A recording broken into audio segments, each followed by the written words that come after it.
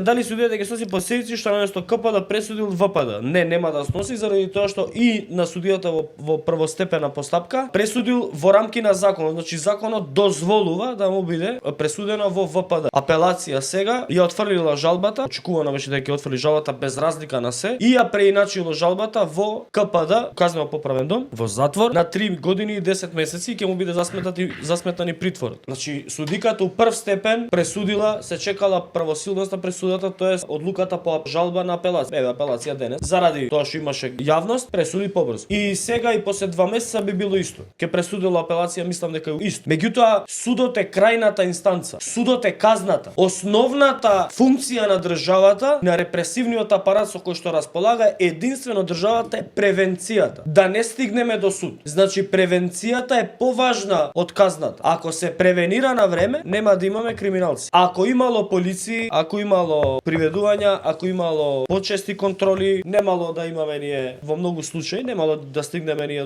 до судови.